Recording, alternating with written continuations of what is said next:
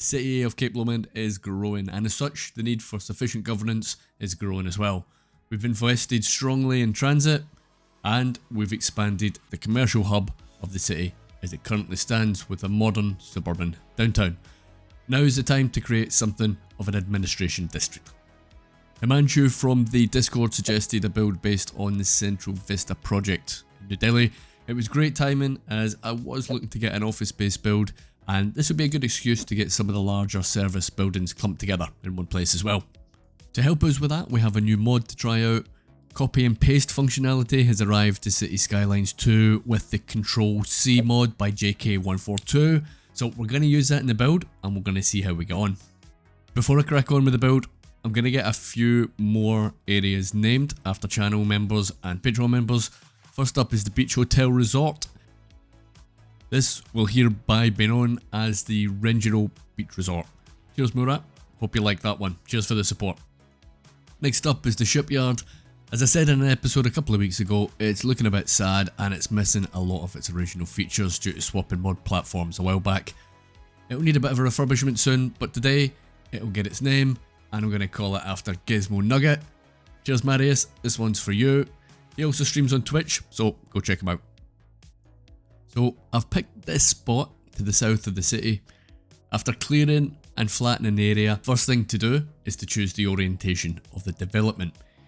Here I was looking straight down towards the future downtown, so I'm going to start on the park area first and I'm going to build south towards that future downtown.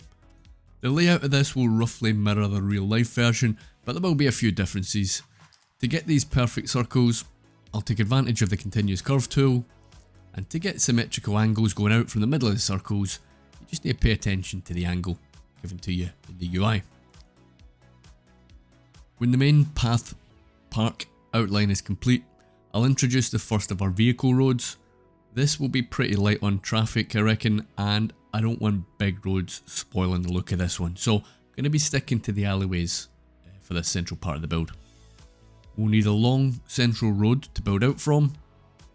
Once that's in place, we'll require several parallel roads and paths, as we're going to use these and build up some water features and some lined planted tree areas.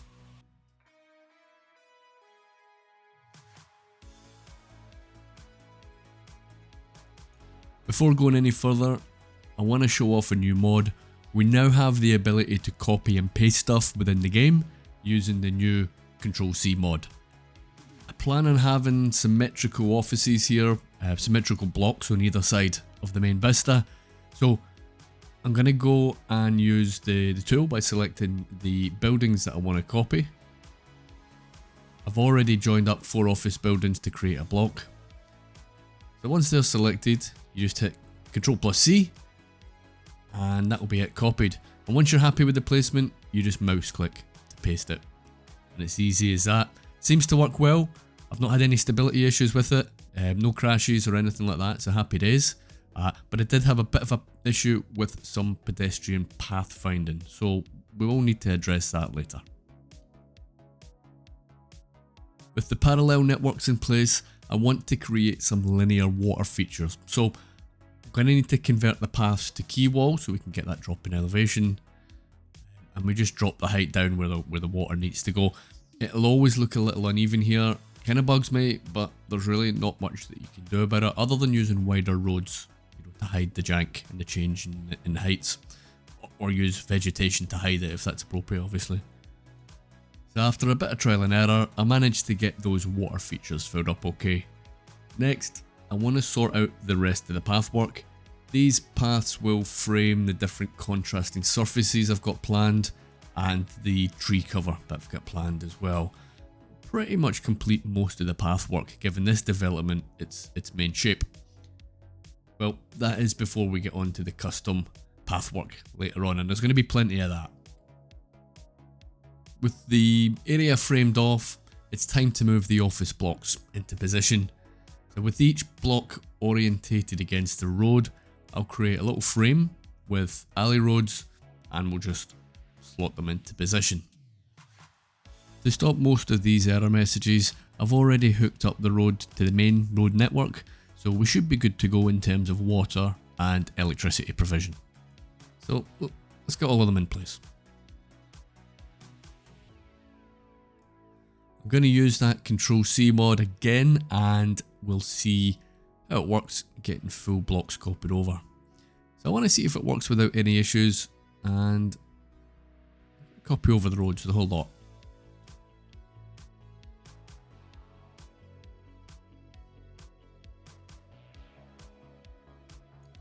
Do you know what? That worked. It's impressive stuff. However, I will still need to come back and sort out those broken pedestrian pathfinding issues. I'm looking to create a few bigger buildings up at the top here.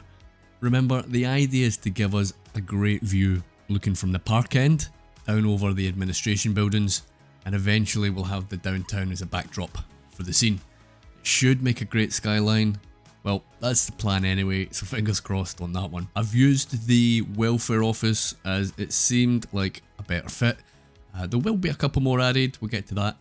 But crucially, the design that I'm going to create today will allow for future expansion. So municipal buildings, universities, potentially, you know, that kind of stuff should hopefully be coming down to this area. And it should look good as we expand and start adding height and density as we go further and further south.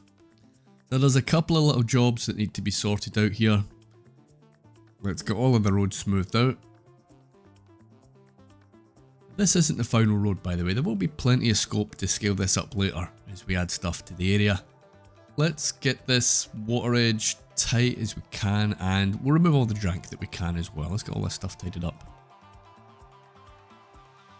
And now we can get some of the sand surfaces in that I want.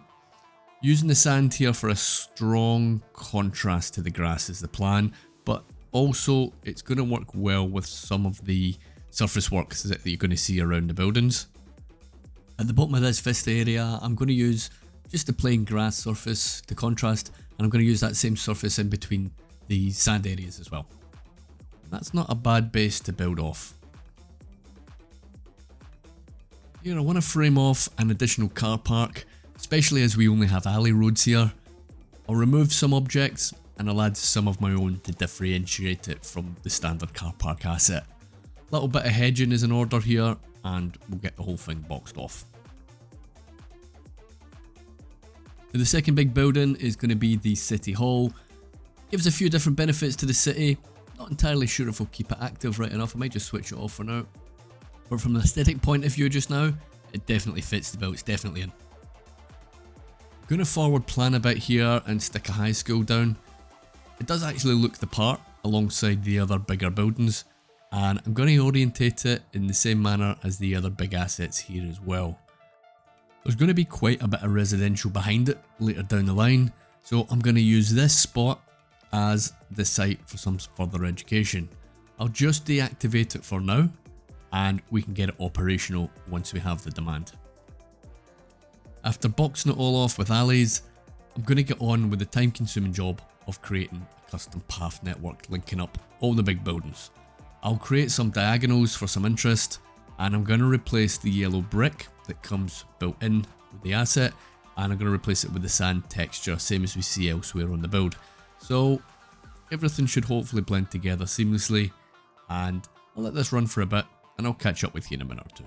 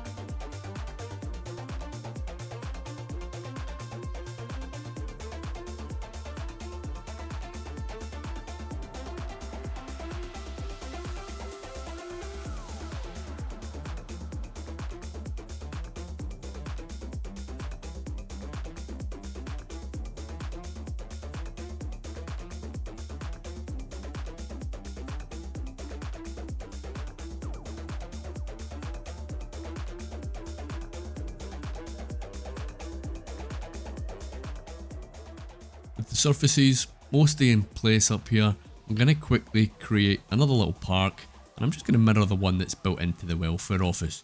Pretty straightforward, just a case of picking a surface and drawing the thing in.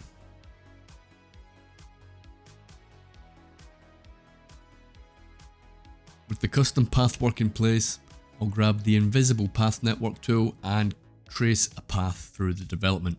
I'm not expecting huge foot traffic here at this point, but I'd like to think as we build out from here and it'll get a little bit busier, hopefully the Sims will start using the asset as a shortcut, from one building to the next. Now, for the main Vista walkways, not doing anything crazy here, I'm just going to use the line tool for consistent spacing, and I'm going to repeat the pattern or the line for each plant choice. I usually go really light on the line tool for trees. I much prefer more natural placements of vegetation, but here I'm really going to overdo it. This is exactly the manicured, unnatural, man-made look that I'm going for here. Lovely, I like that. It's coming together really nice now. What are we thinking about a university campus here, guys? Could be an interesting spot maybe. What do you think? Is it too tight an area? I don't know. Let me know below. Now I'm going to come back and replace the office corners that have the broken pedestrian pathfinding. So yeah, copy and paste didn't quite work with that one, but I did check the pathfinding debug in the dev mode and it looked okay, so I'm not sure what's going on in the background there. And shout out to Harbour Master J for letting me know this was a thing, but yeah, I couldn't see anything different than the ones without the errors. Anyway, no matter, it's an easy fix. I just deleted the offending item and just plopped them back in place. Really now, we're on to the detailing. I'll start off by hedging off the lot in the big buildings.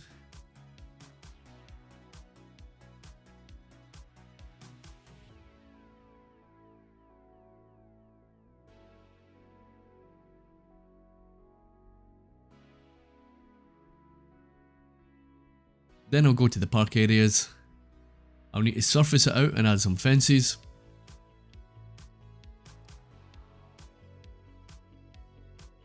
And then it's on to the big detailing effort. I'm going to repeat a number of objects and assets. I'll be making some hedged off higher vegetation density areas that look really nice. I'll also be creating something of a monument at the base of the park, so keep an eye out for that.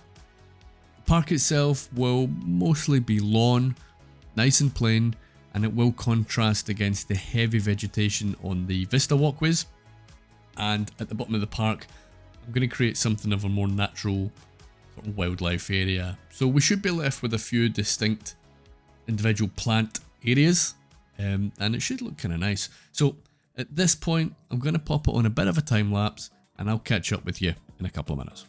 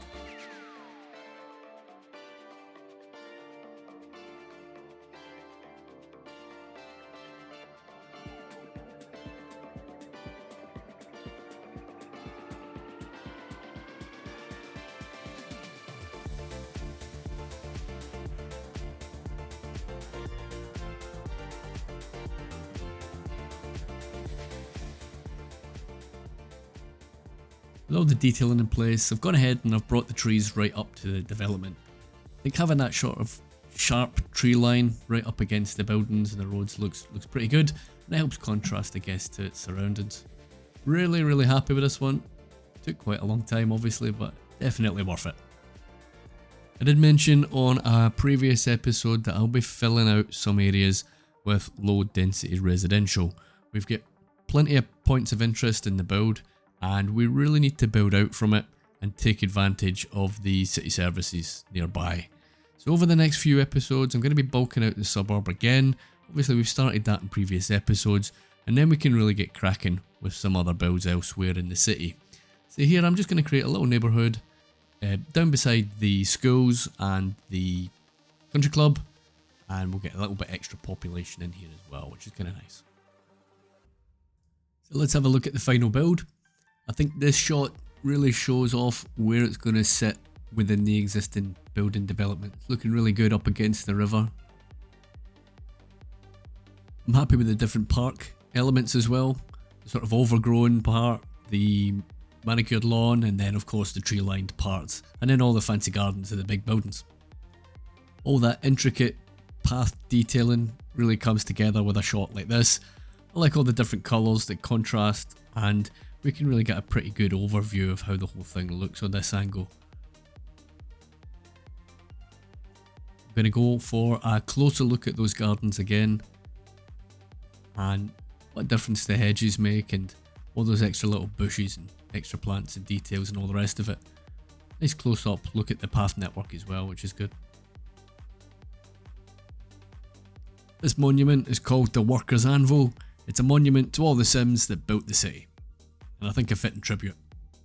As well as thanking the Sims, I also want to thank my members on Patreon and YouTube. Thank you very much guys, and obviously thanks to all of you guys for watching as well. I hope you enjoyed it.